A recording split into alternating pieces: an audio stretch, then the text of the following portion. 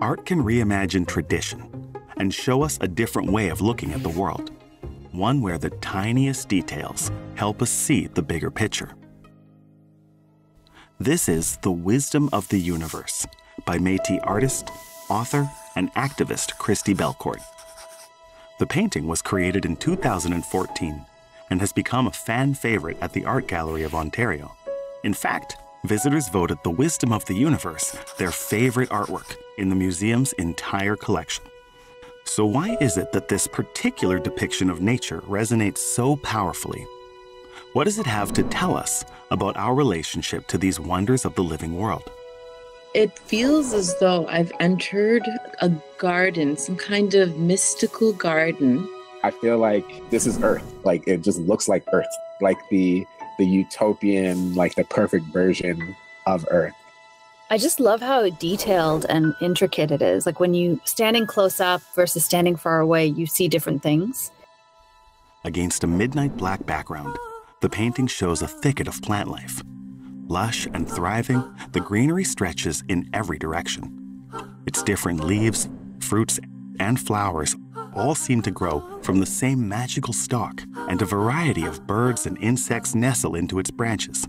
Some of the plants and animals you'll find are common, like these robins, this sumac or cedar, while others may appear less familiar, such as the eastern prairie fringed orchid, the cerulean warblers here, and this pair of Carner blue butterflies fluttering at the center. Roughly 6 feet tall and 9 feet wide, the painting is huge, pulling the viewer into its scene. The image also has a strong sense of symmetry, appearing mirrored on both sides. But look carefully, and you'll spot moments where the pattern has been playfully disrupted.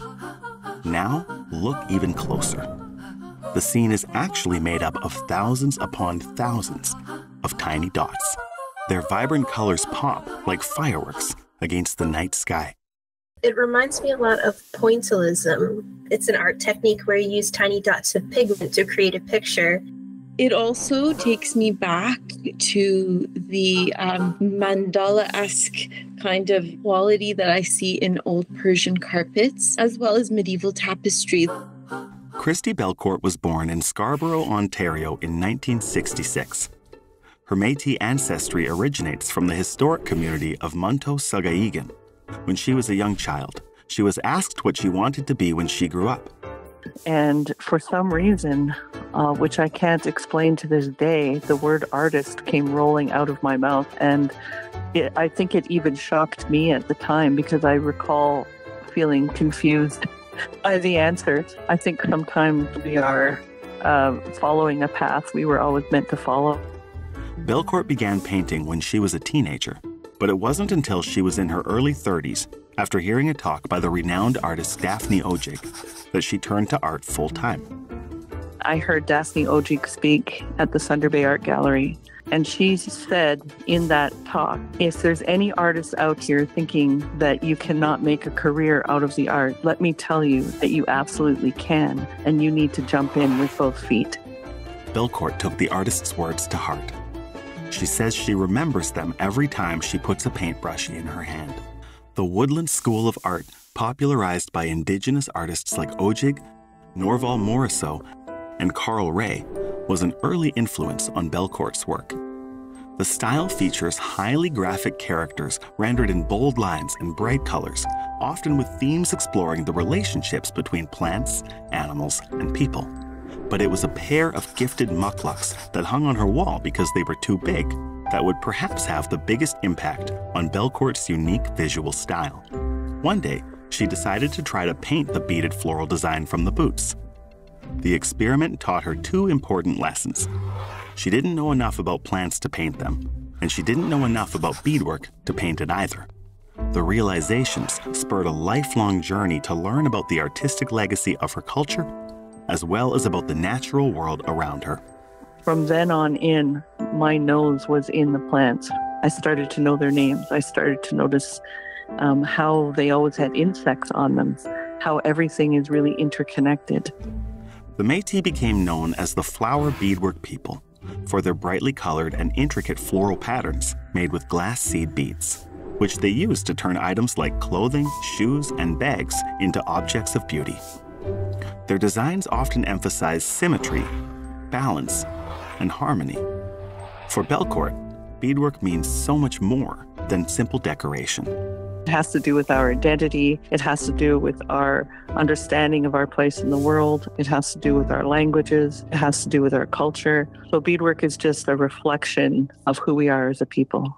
Today, the artist is best known for her large-scale acrylic paintings that use hundreds of thousands of dots to simulate Métis beadwork.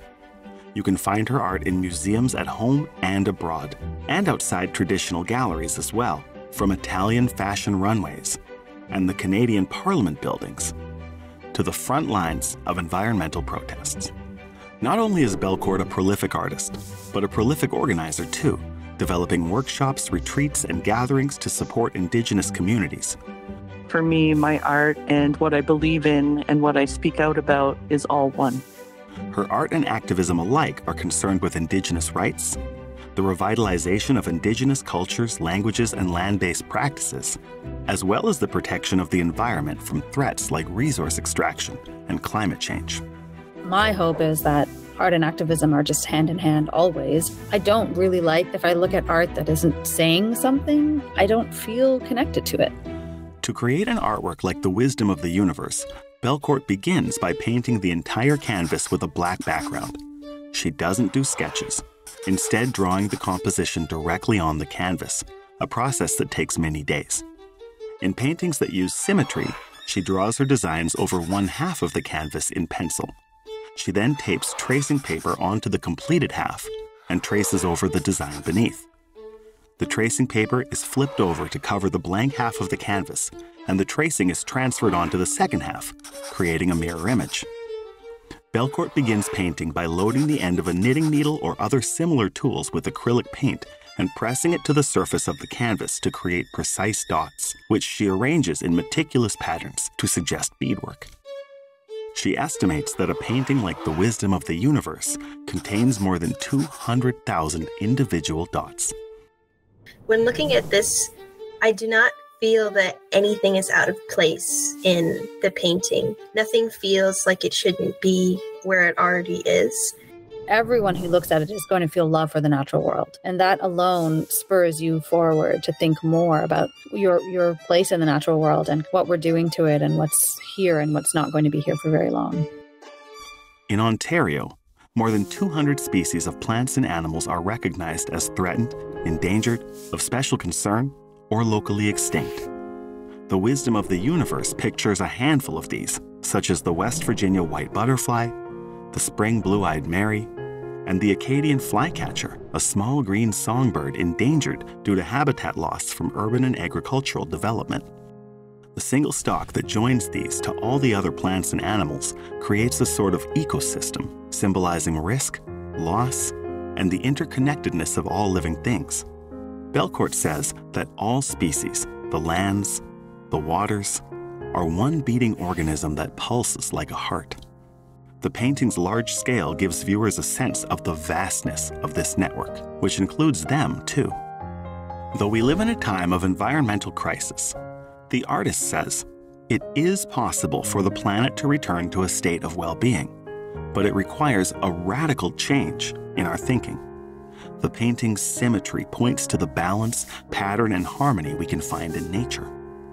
Even Belcourt's painted beads are a powerful symbol, suggesting how units as small as molecules combine to build something as great as the universe.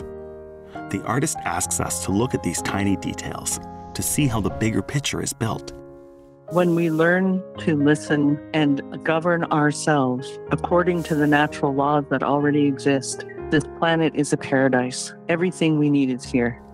The Wisdom of the Universe shows us that every living thing is precious and that each one is connected. By revealing all the wonder that surrounds us, the artwork calls us to take action and protect it. The hope is not in the painting. The hope is in you.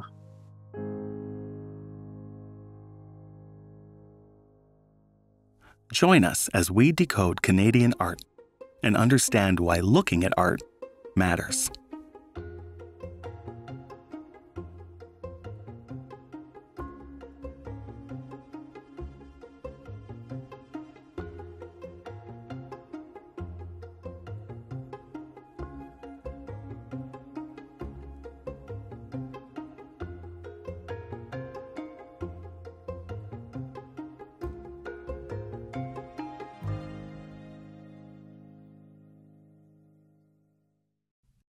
Help TVO create a better world through the power of learning. Visit TVO.org and make a tax-deductible donation today.